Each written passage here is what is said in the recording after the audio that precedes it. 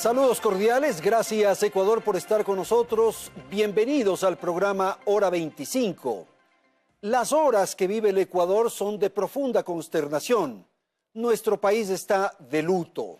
Las interpretaciones, opiniones y reflexiones sobre lo que está ocurriendo son tantas como pobladores tiene el Ecuador. Eso se produce porque nos duele la patria. Se produce porque no sabemos por dónde y en qué momento se nos metió el mal. El terrorismo tiene esa destreza, causa miedo, desasosiego, confusión. El narcotráfico, la guerrilla, el crimen organizado y el terrorismo son lacras perversas. Sus actores están ocultos, actúan en la sombra, provocan destrucción y muerte a seres inocentes. Este es el caso de las 7 víctimas que son producto del terror. 3 periodistas y 4 militares, sin duda, es consecuencia de lo que acabamos de señalar. Nuestra solidaridad al Ecuador en su conjunto y un abrazo enorme de pesar desde esta tribuna para hacer un llamado que permita enfrentar en una sola bandera o con una sola bandera el mal que hoy pretende someternos. Nuestros invitados esta noche aquí en el estudio son los siguientes. Agradezco la participación de César Navas, ministro del Interior. Nos acompaña también Paco Moncayo, ex jefe del Comando Conjunto de las Fuerzas Armadas. Se encuentra en el estudio de Teleamazonas Juan Sebastián Roldán, secretario particular del presidente de la República, y agradezco la presencia de René Yandún, él es asambleísta, es integrante de la Comisión de Soberanía del Parlamento Nacional. Natalie, buenas noches. Buenas noches, Andrés, amigos televidentes. La reanudación de las operaciones militares, luego de confirmarse el asesinato del equipo periodístico del Comercio, han permitido la captura de 9 personas, quienes serían los responsables de los atentados con explosivos en Esmeraldas, así como familiares y personal de seguridad en Mataje, de Walter Artizala, alias Guacho, de no más de 35 años de edad, líder del grupo narcoterrorista que opera con entre 70 y 80 hombres en los límites de Nariño y la provincia costera de Esmeraldas, puntos estratégicos en la ruta del Pacífico para transportar cocaína a Estados Unidos.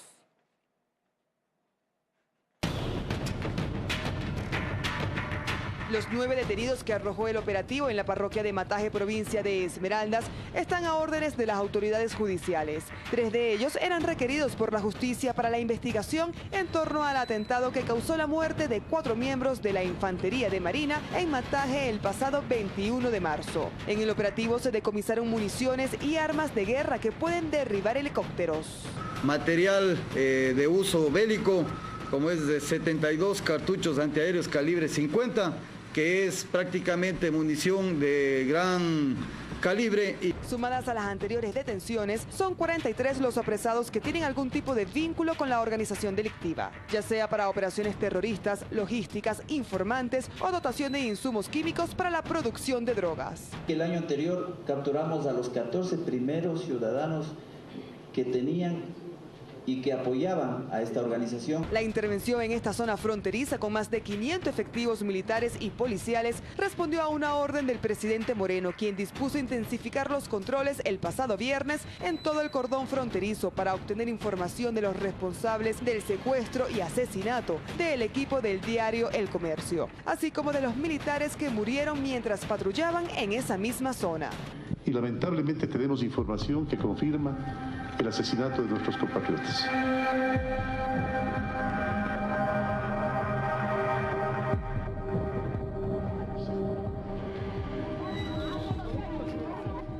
Moreno anunció con profundo pesar que el gobierno hizo todo lo posible para liberar al equipo periodístico, pero que los disidentes de la FARC nunca tuvieron la intención de entregarlos sanos y salvos. Aún sumido en el duelo, Ecuador busca recuperar cuanto antes los cuerpos de los miembros del equipo de prensa ejecutados en cautiverio. El Comité Internacional de la Cruz Roja realiza un discreto trabajo para conseguir los restos de los trabajadores de la prensa.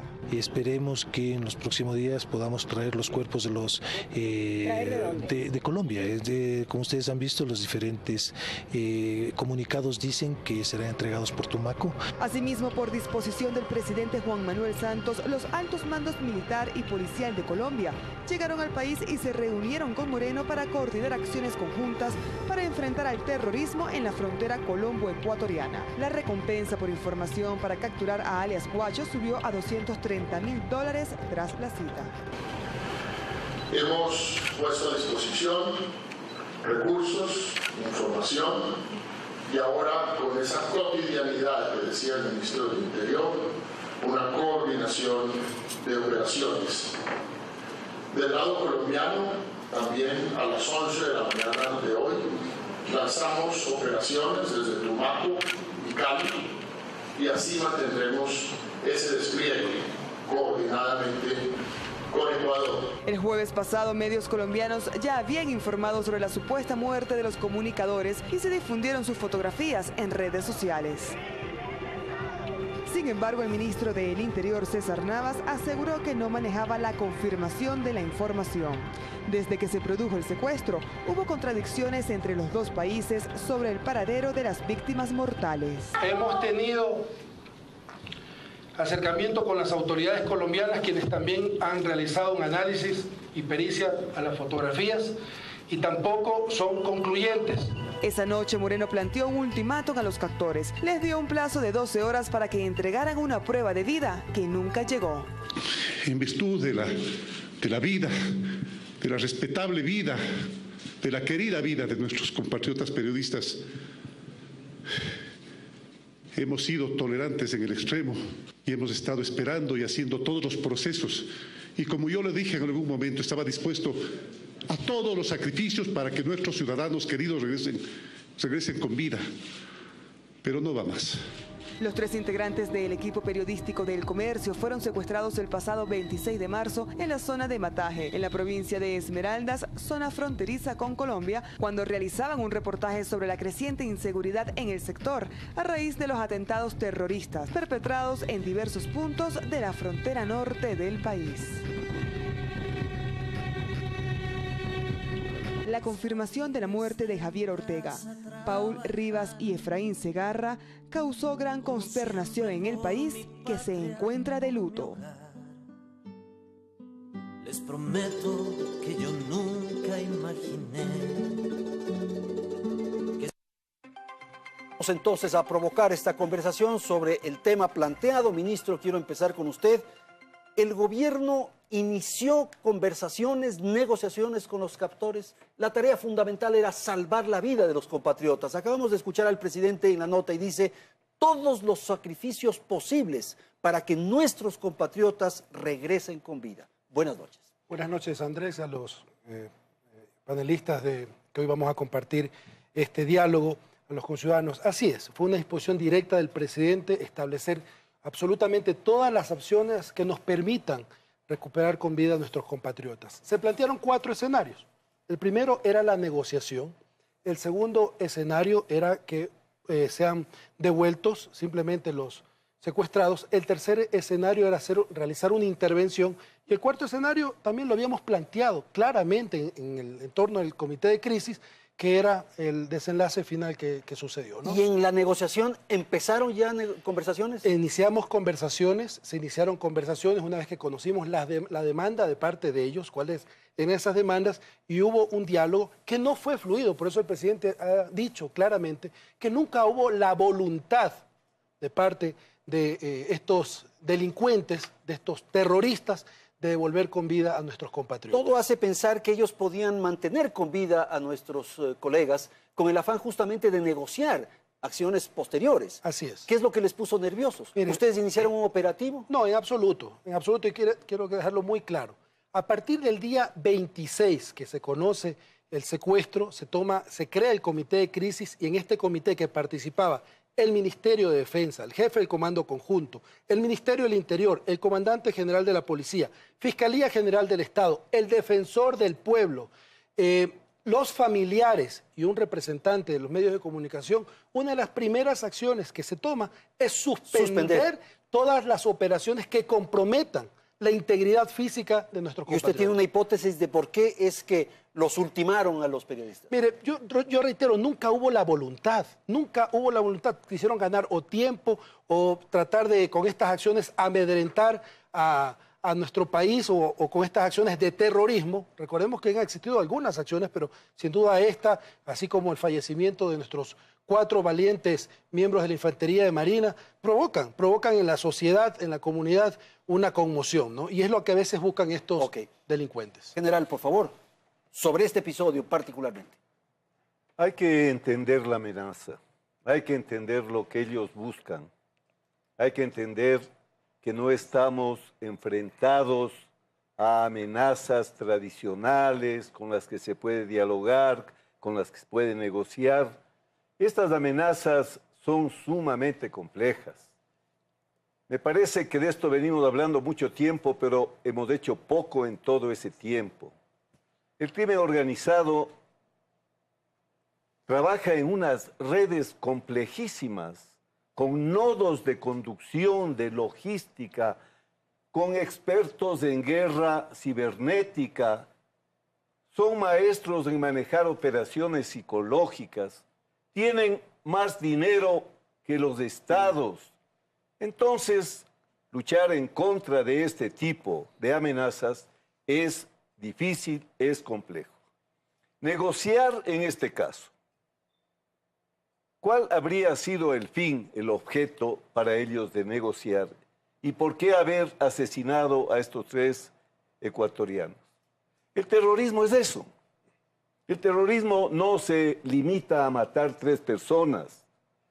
Acuérdense de Achilles Lauro, acuérdense de Estocolmo. No era que iban a matar a unos deportistas, atletas.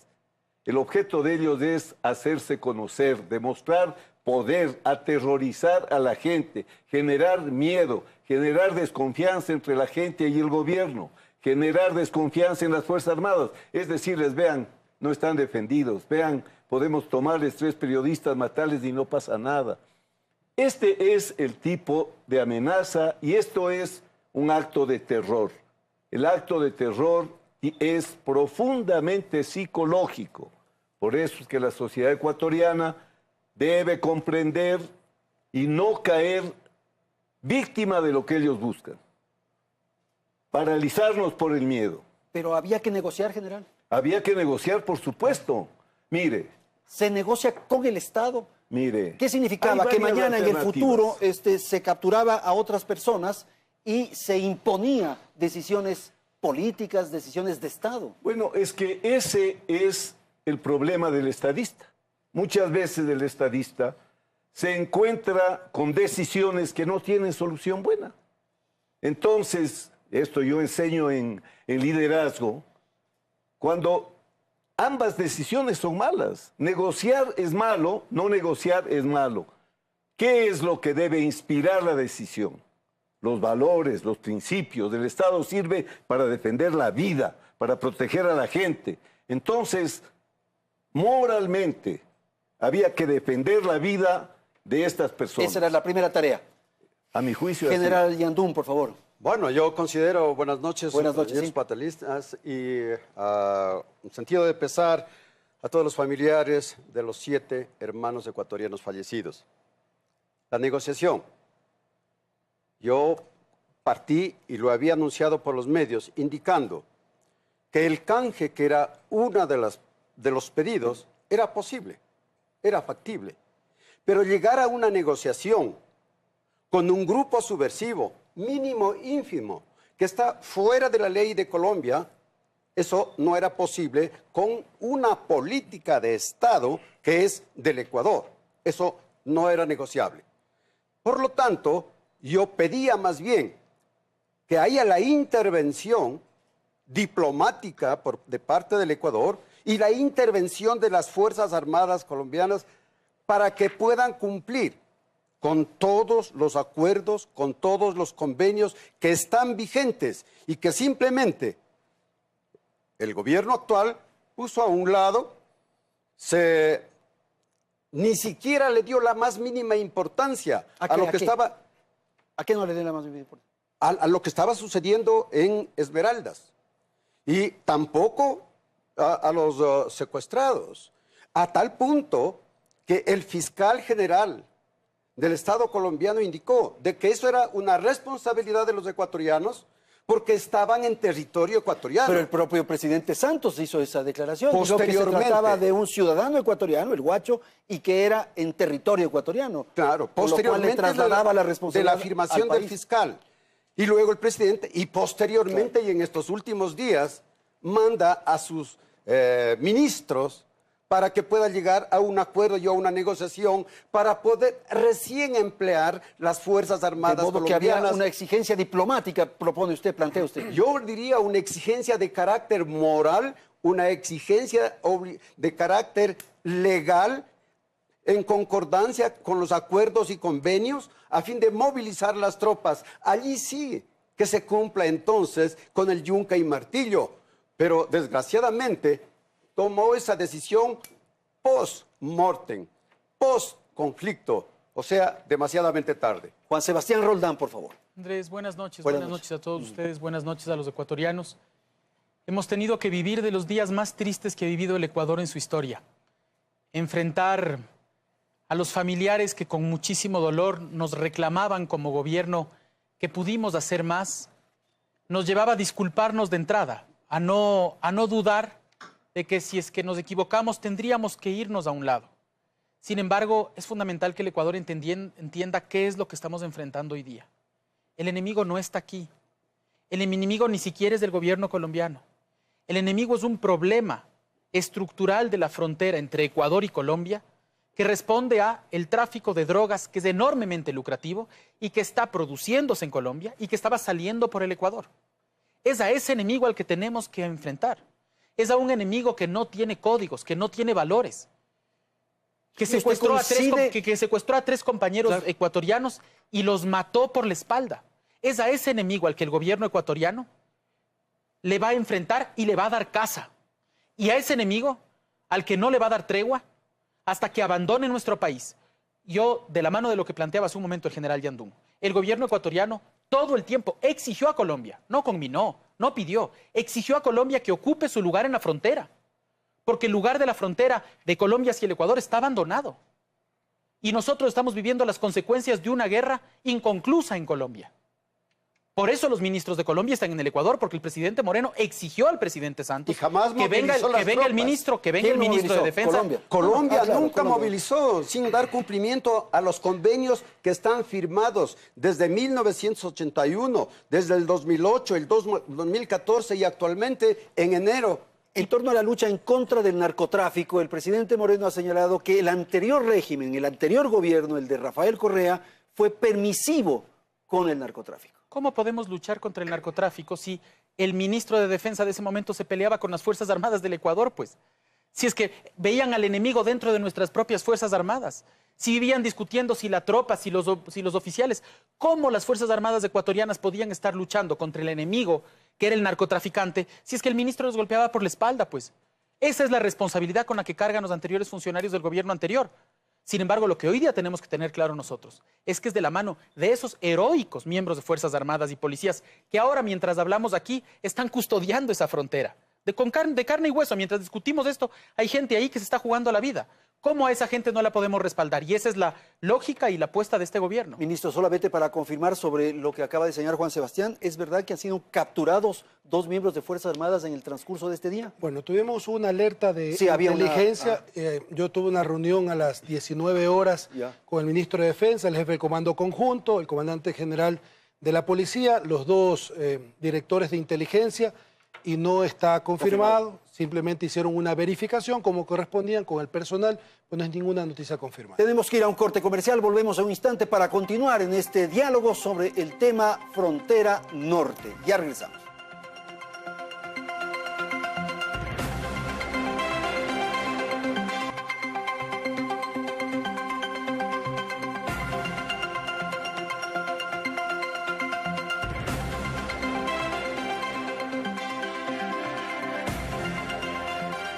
Efectivos militares de Colombia y Ecuador están a la casa del jefe del grupo narcoterrorista que mató en cautiverio a los 3 integrantes del equipo de prensa del comercio, cuyos cuerpos no han sido recuperados hasta esta hora.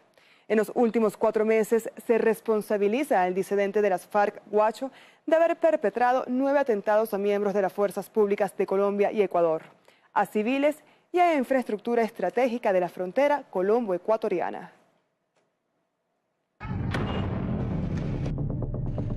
El pasado 27 de enero comenzó la ola de atentados por parte del grupo narcoterrorista liderado por alias Guacho, cuando estalló un coche bomba que se encontraba estacionado en la sede del Comando Policial de San Lorenzo, Esmeraldas. En ese hecho no hubo víctimas mortales, sin embargo, dejó 28 personas heridas y 37 viviendas afectadas. Amatol fue el explosivo casero utilizado en este atentado.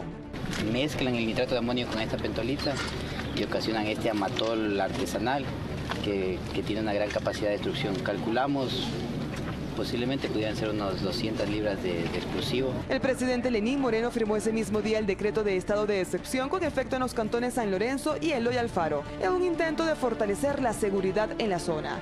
Sin embargo, a 2 días del primer acto terrorista empezaron a registrarse otros, aunque en menor escala. Obviamente muy asustados por todo lo que ha pasado, pues y sigue sucediendo. El 17 de marzo otra detonación fue registrada cerca de un retén naval de la Armada del Ecuador en la localidad de Borbón, en el cantón Eloy Alfaro. El hecho no registró víctimas mortales ni heridos de gravedad, pero hubo daños materiales de infraestructura.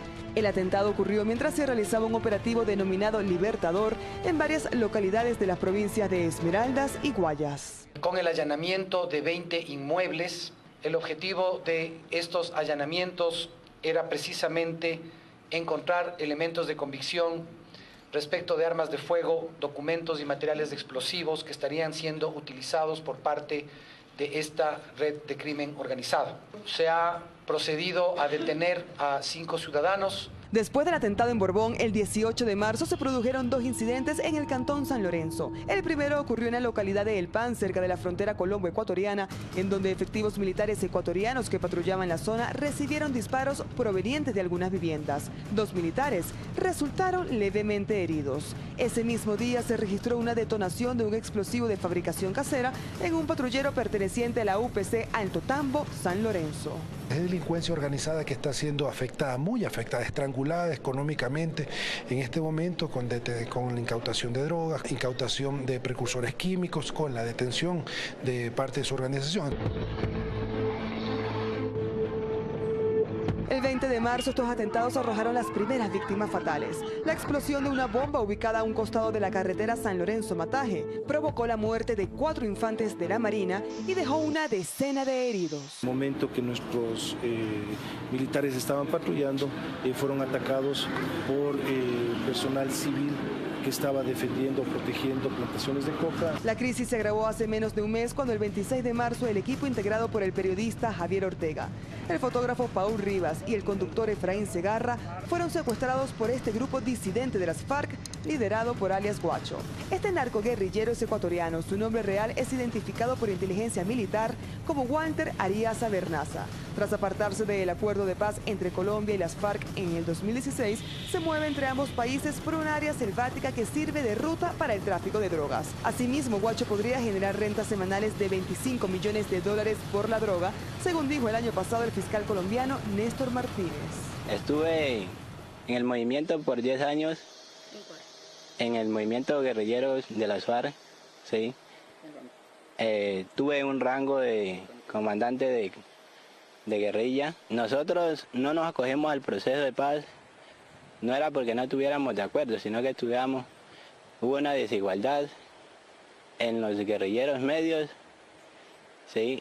y la tropa. Tristemente, el pasado viernes el gobierno nacional confirmó la muerte de los 3 profesionales de la comunicación. 10 días antes de este siniestro hecho, se registró la detonación en una zona cercana al puente en la parroquia Viche, cantón Quinindé, de la provincia de Esmeraldas.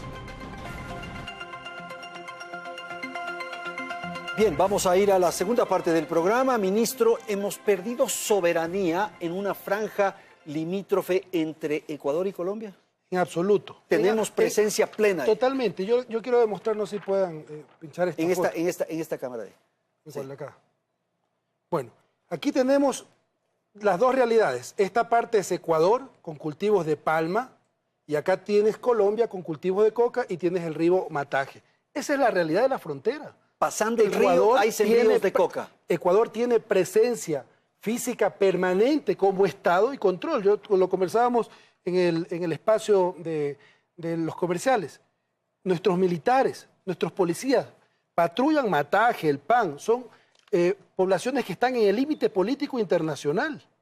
No ha perdido soberanía, sino que es una zona compleja, sin duda alguna es un teatro de operaciones complejo. La condición geográfica de esta zona de operaciones es compleja. ¿Por qué se agravan un poco las cosas o por qué tenemos estas vivencias actualmente? Desde el mes de octubre del año pasado, en este proceso que llevaba a Colombia, ¿verdad?, en la desmovilización de los miembros de la FARC, no todos fueron a las zonas veredales y unos conformaron estos grupos armados organizados residuales. Y se atomizó el delito en la frontera y hay una disputa interna en Colombia, en esta franja, para ocupar estos espacios. Bueno, pero si es en Colombia, ¿por qué nos afecta a nosotros? Ya vamos para allá. Porque justo han aprovechado la cercanía y han tratado de captar a la población ecuatoriana, a ciertas poblaciones, ya sea por la extorsión, por las amenazas o a veces por el tema económico, para que vayan a hacer su soporte logístico o vayan a cultivar coca. Y para crear una franja en la cual ellos puedan operar con libertad, ¿esa es la idea? Sí, han querido hacer eso, pero yo les decía, a partir de octubre, tanto Fuerzas Armadas como Policía Nacional intensifican sus operativos y fortalece su presencia en la frontera. Y ahí comienzan las detenciones, comienzan las incautaciones y sobre todo el debilitamiento de esta estructura. Son estructuras donde su motor son la economía del narcotráfico. Se ha afectado, Andrés, en más de 600 millones de dólares a estas estructuras del delito. Ahora, este hecho, este desenlace con los colegas periodistas, usted señala que no se produjo porque había un operativo de Fuerzas Armadas ecuatorianas que los pudo haber puesto nerviosos. Pudo ser que había enfrentamiento entre células residuales, como usted dice, o pudo haber sido por las capturas que hizo Ecuador en territorio nacional. No, mire, yo quiero aclarar el tema de las capturas. O sea, nosotros recibimos un atentado en Biche que salió en la nota, sí, y tuvimos que actuar como debe actuar un Estado, ¿verdad? Por eso el tema de la negociación para la liberación y el canje estaba corriendo en paralelo, pero hubo una detonación, un acto de terrorismo que quería afectar una infraestructura del Estado y fueron capturados 9 personas, entre ellos los que pusieron los explosivos. ¿Y eso cree usted que puede haber sido el detonante para esta definición? En absoluto, porque mantuvimos todavía un par de comunicaciones y se le mandó en ese momento a Guacho, a estas personas, un video donde uno de los privados de libertad que iba a ser canjeado le dice todo el proceso que había realizado el Estado ecuatoriano en su conjunto para agilitar el proceso de darle su sentencia y ver si era posible un indulto. Coincido ahí totalmente con el señor general Moncayo, viendo el fin último que tiene que tener el gobernante, ¿verdad? Que es gobernar para los fines sublimes, ¿no? En este caso, la libertad de estas personas. Y la vida, sobre todo eso. Juan Sebastián, hay quienes señalan que el gobierno ha permitido o ha conducido a esta posibilidad de exacerbar la relación y la situación en la frontera. Y esto se produce por ejemplo, estos acuerdos de operaciones conjuntas entre Colombia y Ecuador, que parecería fue un error. Debieron haber sido operaciones combinadas. El Ecuador es sede de negociaciones con el ELN, elemento adicional. Creo que hay que separar las cosas. Lo primero es que el gobierno en estas circunstancias tuvo el criterio, la convicción y el presidente Moreno le dio la orden a su gabinete de que el tema que nosotros debíamos proteger era la vida de las 3 personas, en primer lugar. Luego puede haber gente que hoy día se pregunta en su casa, ¿pero por qué nos metemos en la frontera? ¿Por qué no dejamos que pasen?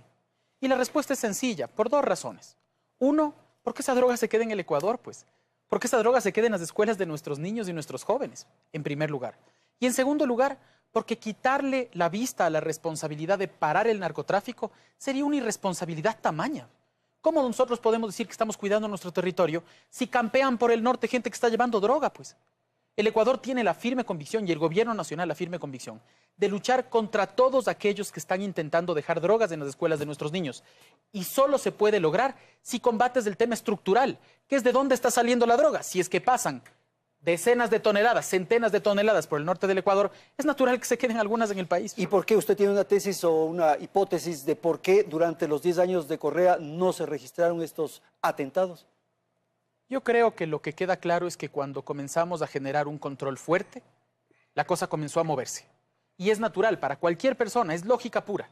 Si es que habría habido los mismos controles antes, habrían tenido este problema anteriormente. Y también la desmovilización de las FARC y el fin del conflicto en Colombia ha llevado a que nosotros tengamos consecuencias.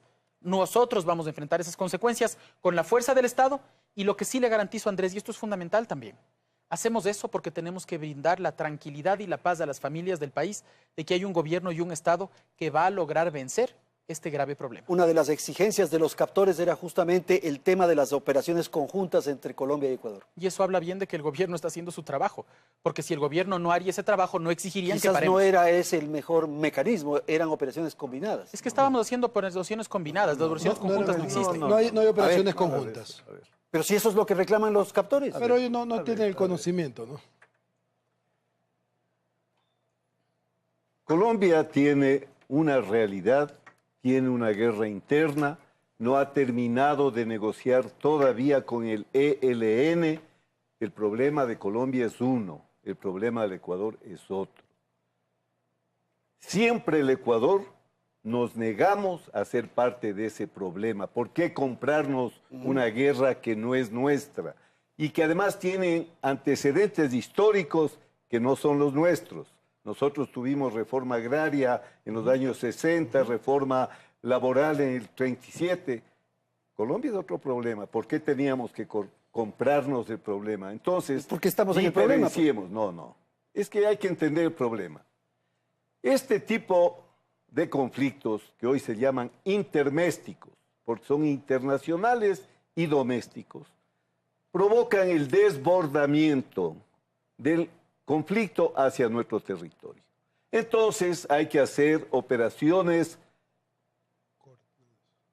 de cooperación, de seguridad cooperativa, tienen que trabajar muy vinculados, militares, policías, fiscales, autoridades ecuatorianas y colombianas. General, 50 años ha tenido ese problema Colombia y no hemos tenido... no me deje explicarle cuál es la diferencia de lo que dicen y que eso sí sería grave. Operaciones, en cambio, de defensa colectiva, quiere decir que se unen tropas colombianas y ecuatorianas, hay estados mayores de ecuatorianos y colombianos. El rato que hubiésemos aceptado esto, habríamos estado comprando un conflicto del otro lado. Además, aquí estamos siendo sede de las negociaciones. No puede ser. Entonces, no hay que oír a todos los que hablan porque muchos están hablando, no entienden bien lo que es seguridad cooperativa, lo que es defensa colectiva. Son términos también técnicos que no tienen por qué entenderse. Pero el Ecuador nunca entró y sería el peor error. No creo que este gobierno haya querido hacerlo. Pero ¿y por qué tenemos el problema? Tenemos el problema, le voy a decir por qué. En este sector operaba una columna de las FARC. Esta columna, Aldana era, ¿no? Sí, la Aldana. Era de las FARC. Ya. Firmaron la paz. En este espacio había un poder que se llamaban FARC. Cuando ellos firmaron la paz y salieron, quedó un vacío de poder que debía haber sido llenado por el gobierno colombiano. Al no pasar eso, entonces asoman estos grupos disidentes a ocupar el espacio de las FARC. Por eso el presidente se llama FARC. Pero general, eso es siempre en territorio colombiano. No, déjeme ahora le digo. Si usted tiene Tumaco con la mayor producción, el 36% de la producción de coca se da en el área pacífica de nuestra vecindad con Colombia. Departamento de Nariño, todo el departamento. Todo el departamento de Nariño y especialmente Tumaco. Esa coca tiene que salir y no hay duda que geoestratégicamente el corredor perfecto para sacar esa coca va por nuestro territorio. Entonces, usted tenía un statu quo, sigan nomás, no iba a haber violencia. El narco nunca... ¿Y eso ocurría en el pasado? Pero por supuesto que sucedía eso, por obvias razones. Mire, el 2016 hubo el informe de la UNODC, de la Oficina de las Naciones Unidas para el Control del Narcotráfico. Estaba clarísimo que se estaba enfocando el centro de gravedad del problema a Nariño y de Nariño a Tumaco, y que eso iba a desbordarse hacia el Ecuador. El 2016, el Departamento de Estado de los Estados Unidos hizo un informe, pero clarísimo. Pero entonces me está dando la razón, pues. Pero general, entonces, ¿qué pasa? Cuando hizo el informe... Si había tanta información, ¿por qué se produce ahora? Salieron a reclamar el ministro del Interior, que era un informe falso. La función judicial, que era un informe... Ahí está. Todo lo que está pasando se supo, todo lo que está pasando se dijo. Y anteriormente, lo más fácil, negar, son los gringos que están mintiendo y culpándonos de algo. General Yadú, yo considero más bien de que el Ecuador ha sido víctima de los problemas internos de Colombia. Hemos sido demasiadamente humanitarios cuando los desplazados y los refugiados llegaron acá al Ecuador. Yo soy del Carchi, he vivido y vivo en la frontera, y miro qué es lo que sucede, y recordemos desde Sucumbíos.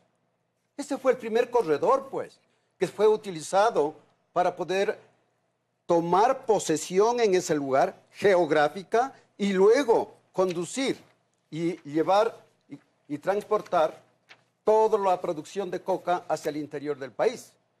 Luego se utilizó la provincia del Carchi a través de Maldonado, Chicalto, Bardonoso, que hubo un muerto y que es de conocimiento del ministro, por asuntos inclusive mineros.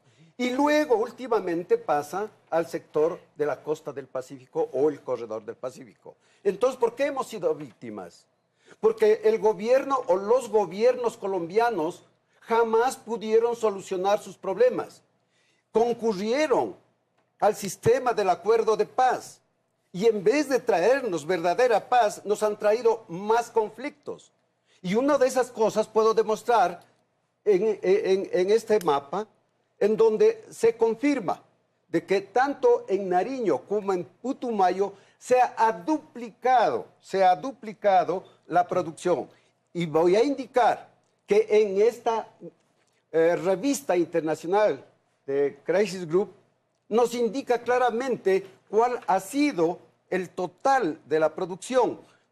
Se ha duplicado del 2016 hasta el 2018. De lo que eran 67.789 hectáreas en el 2016, ahora tenemos 135.578 hectáreas en el 2018. Entonces, ¿qué quiere decir? Que lo que no ha podido hacer Colombia, el problema nos lo está trasladando para el Ecuador. Y eso es una irresponsabilidad del gobierno colombiano. ¿Es una guerra perdida, ministro? No, en absoluto, en absoluto. Pero aquí hay que estar claro que esto comienza y es un esfuerzo de largo aliento del Estado, con una planificación que tiene que ser de largo aliento y que no podemos vivir de estado de excepción en estado de excepción. Y como lo hemos establecido con el presidente, la necesidad de crear un comité, que ya está creado, un Comité Nacional de Seguridad Integral y Desarrollo de la Frontera. Porque tiene que haber también desarrollo en la zona fronteriza, tenemos que llegar con otras acciones. No todo el peso debe caer en los hombros de Fuerzas Armadas ni de Policía Nacional. Tiene que tener una visión integral de desarrollo de la frontera. ¿Qué significa eso? ¿Que esa zona estaba descuidada? No, o sea, sin duda alguna. Hay muchas necesidades básicas insatisfechas todavía en la zona. O sea, y recordemos que hay responsabilidad de gobiernos locales también, ¿no? O sea, vayamos a ver municipios, prefecturas, viendo planes de desarrollo. Esa es la tragedia, porque todos son culpables menos nosotros. No, es que todos son culpables menos nosotros. Todos tenemos que ser la solución del problema. Todos tenemos que ser la solución del problema. Entonces tenemos que unirnos. Yo acogía las palabras que usted decía al inicio de esto. La unidad nacional es básica para salir de esto. Y entender este conflicto. Como decía, yo coincido con el general Yandún. Somos en este momento víctimas de un conflicto que está allá, pero es como que tu vecino que te bota un poco de basura al lado de tu casa, es como que tu vecino te hace bulla con sus parlantes, te afecta a ti también. Entonces tenemos que poner orden, nosotros no podemos... ¿Es posible, ministro, que esto pueda desbordar este control que hay en la zona de frontera y se puedan generar atentados en otros lugares del país? Mire, yo creo que nuestras Fuerzas Armadas, nuestra Policía Nacional, son entes profesionales, ¿verdad? Y están trabajando para que eso no suceda. Hoy hemos tenido reuniones permanentes de fin de semana, estamos todos los días analizando la situación. O sea, no está hablando, o cuando está un jefe del comando conjunto, no es un jefe del comando conjunto, no es un comandante general de la policía. Hay toda una estructura jerárquica a la que ellos representan, un Estado mayor con cada uno de sus departamentos y han hecho la exposición de sus planes. Y sin duda alguna en esta dinámica de la situación que pasa en la frontera, esta dinámica tenemos que nosotros también estar a la altura y irla siguiendo, es decir, ser muy dinámicos en ir modificando la planificación si así se requiere. Por ejemplo, refinería de Esmeraldas, bueno, se habla de centros comerciales en Quito. Todo lo que son áreas estratégicas es una responsabilidad hasta con Fuerzas Armadas y hoy por hoy hemos visto también la necesidad inclusive de ampliar esa seguridad, ¿no? Ese control en las áreas. Juan Sebastián, sobre el tema. También hay que decir que una de las decisiones del presidente Moreno fue profundizar los controles en las carreteras de la zona fronteriza, porque lo que hay que entender es que este es un problema de la zona fronteriza. Lo que le corresponde al gobierno es precautelar que no salga de ahí. Y por eso hay controles militares y policiales exhaustivos para que no suceda. Y creo que es fundamental entender también que al ser este un problema tan grave, es un problema del Estado y la sociedad civil en conjunto. Creo que lo que tenemos que tomar como lección es que estos héroes de la libertad de expresión, que son los 3 periodistas, y estos héroes de la seguridad, que son los 4 infantes de Marina, nos tienen que dejar una lección. Y es, hoy el Ecuador tiene que repensar la forma de seguridad. El otro día, Paco discutía con el presidente de la República y le decía acertadamente que para poder enfrentar una nueva guerra hay que pensarla antes. Estábamos pensando y formando a la gente en la guerra del pasado. Hoy la lección tiene que ser formar a las Fuerzas Armadas, a la policía, a la sociedad en este nuevo conflicto y confiar en ellos. Repito, confiar en esas Fuerzas Armadas y policía porque solo en sus manos vamos a estar tranquilos. Yo creo también que es fundamental decir ahora, hoy día uno de los hermanos de una de las víctimas le comentaba a un periodista internacional que ellos están pidiendo abrir la información. Y hablé con el presidente Moreno antes de entrar en este programa. Y el presidente Moreno me decía, la lógica, la propuesta, la coherencia de este gobierno es transparentar toda la información. Y así lo haremos. Porque en esa transparencia es que la sociedad civil va a confiar en el gobierno. Y en la confianza del gobierno con las otras instancias del Estado es que vamos a poder vencer en este difícil momento del país. General, la verdad es el mejor elemento. Vamos a ir a una pausa y volvemos en un instante.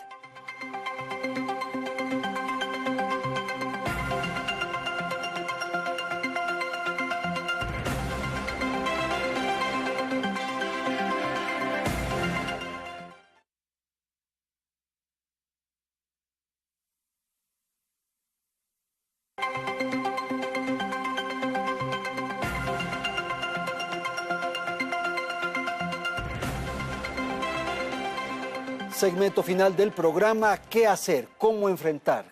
Por favor, general. La verdad es que no vamos a volver al pasado si no es para hacer propuestas. Se desmontó un sistema de seguridad que funcionaba bien. Se creó un sistema que contradice inclusive la propia teoría de las políticas de defensa. Se dice la defensa es no un tema militar, policial, la defensa es un tema del Estado. Sin embargo, cuando se crea el sistema, se crea con 4 ministerios. La seguridad antes era concebida en 4 frentes y estaban todos los ministerios, porque la seguridad no es un tema de un Ministerio de Defensa o de un Ministerio de Relaciones Exteriores. Hay que cambiar el modelo. No digo regresemos al modelo anterior, era un muy buen modelo. Con ese modelo salimos del conflicto del 95 impecablemente. Con ese modelo enfrentamos 3 o 4 crisis nacionales internas sin un derramamiento de sangre. Bueno, hay que revisar el modelo. Es importantísimo. El modelo de seguridad. El modelo de seguridad. Ya. Hay que revisar la doctrina. Yo personalmente creo que estamos rezagados en doctrina. Todavía se enseña, por ejemplo, el principio de la conjuntez. Quiere decir que operan Marina, Aviación y Ejército, eso ya se acabó. Hoy son operaciones interagenciales. en la que están Ejército, Marina, Aviación, Policía, instituciones de derechos humanos, en fin. Así se conforman ahora inclusive los estados mayores. Necesitamos restablecer las relaciones de cooperación, volver a crear la Oficina de Cooperación para la Seguridad con los Estados Unidos. Ellos tienen recursos, dinero, tecnología que no tenemos. Fue un desastre por ideologizar la seguridad y el haberse deshecho de ellos. Tenemos que aprender bastante de Colombia. Ellos ya tienen 50 años peleando, entonces hay colombianos ahora en el Medio Oriente, están, porque como tienen experiencia los contratan. Entonces tenemos que hacer todo esto y hacer algo más importante. Tenemos que entender que esta no es la frontera norte. En el informe del 2016 del Departamento de Estado dice clarísimo, el cártel del Golfo, el cártel de Sinaloa están en el Ecuador, dicen, del puerto de Guayaquil, del puerto de Manta, se conectan hacia Centroamérica transportando drogas. Desde el Ecuador se siguen enviando al Perú y a Colombia precursores. Entonces, esto quiere decir que hay que ver el problema en su totalidad. Verle al guacho, que puede estar muerto mañana, ver la frontera norte es ver un árbol o una pequeña parte del bosque.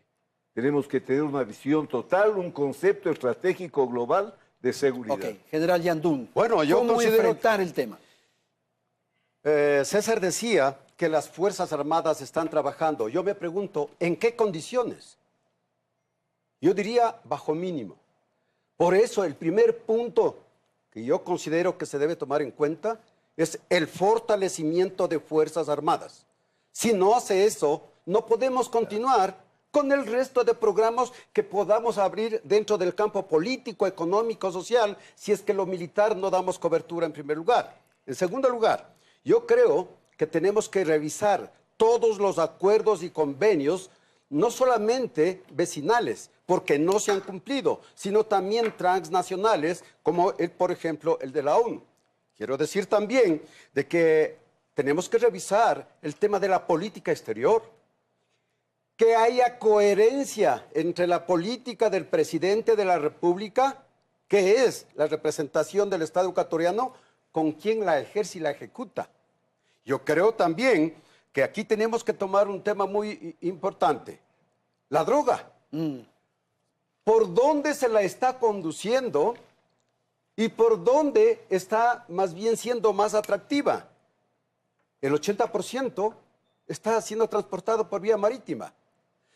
El 20% entre 10 y 10 vía aérea y vía terrestre. La pregunta es, ¿cómo detener el tráfico de la droga? De narcotraficantes, narcoguerrilleros o narcoterroristas, como querramos llamarlos, pero no hay medios con que hacerlo. Necesitamos también que haya nuevas leyes. Legalmente, todo el sistema jurídico de Fuerzas Armadas está caduco, obsoleto, porque el señor Correa solo manejaba mediante decretos ejecutivos. Y aquí tenemos nosotros todos los problemas que están por escrito, con soluciones, pero a través de las leyes vigentes no hay cómo hacerle. Y luego también la actualización del ordenamiento jurídico para las Fuerzas Armadas. Juan Sebastián Roldán. Creo que hay 4 puntos con los que cerrar esta discusión. El primero, que no gane el miedo. No se los vamos a permitir. El gobierno nacional va a hacer justicia. El gobierno nacional va a desplegar todos sus esfuerzos, no solamente dentro del Ecuador, sino mañana cuando discutamos con los ministros colombianos. Nosotros vamos a lograr parar este tema y vamos a lograr darle tranquilidad a la gente. Ese es nuestro primer deber. En segundo lugar, quiero aprovechar este espacio para expresar nuestra solidaridad, nuestro acompañamiento con las familias, que son los que hoy, las familias de los 7 héroes de la libertad de expresión y de los héroes de la seguridad, que son los que más duro lo están pasando. Creo que tienen que saber que el Ecuador los acompaña.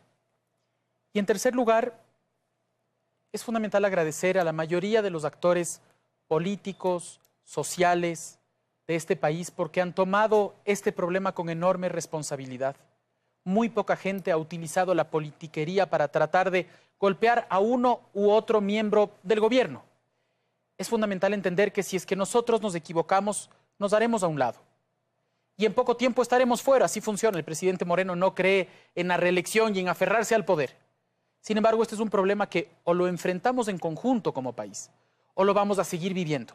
Y creo que con la actitud que el Ecuador ha tenido en los últimos días, es posible lograrlo. Ministro, con usted terminamos. Bueno, yo he planteado que hay que hacer acciones a corto, mediano y largo plazo. Corto plazo, sin duda alguna, estamos ya en un estado de excepción con una presencia en frontera con Fuerzas Armadas y Policía Nacional. Eso se va a seguir ejecutando. Coincido, es necesario fortalecer las capacidades operativas de Fuerzas Armadas y Policía Nacional para enfrentar este tipo de amenazas que no han de haber estado antes en el radar para poder hacer frente y combatirlas y sobre todo vencerlas. Y a largo plazo yo creo que el Comité Nacional de Seguridad Integral y de Desarrollo Fronterizo es vital para construir políticas de Estado, no políticas de un gobierno, sino políticas permanentes en el tiempo. Yo coincido con el general Moncayo en torno a la cooperación internacional. Tenemos que abrir la cooperación internacional a todo el que quiera cooperar respetando nuestros principios constitucionales como tiene que ser. Pero esto es un problema que no solo es del Ecuador, no solo es de Colombia. Somos parte de toda una cadena donde están involucrados. Dejamos ya la palabra imperio para otro lado. Muchos países que están involucrados. No, pero no solo lo ideológico también dejamos. No, totalmente. Mire, yo creo que lo que decíamos, en el tema de seguridad no existen colores políticos. No existen colores políticos y no tienen que haber intereses políticos. La seguridad, el interés son de los 16 millones de ecuatorianos. Y los colores de la bandera nacional. Así es. Esa es la que nos protege. Tiene que ser así. Y yo quiero finalizar esto, ¿no? Nuestro compromiso como gobierno, como autoridades del sector seguridad. Hoy lo conversábamos con los señores generales, tanto de Fuerzas Armadas y Policía Nacional. No descansaremos, porque es un compromiso con las familias, con el pueblo ecuatoriano. No descansaremos hasta capturar a Guacho y que cumpla con la justicia. ¿Usted va a renunciar, ministro? Bueno, yo puse a disposición mi cargo desde el día 25 de mayo. El 24 me nombraron, el presidente de la República siempre está a consideración.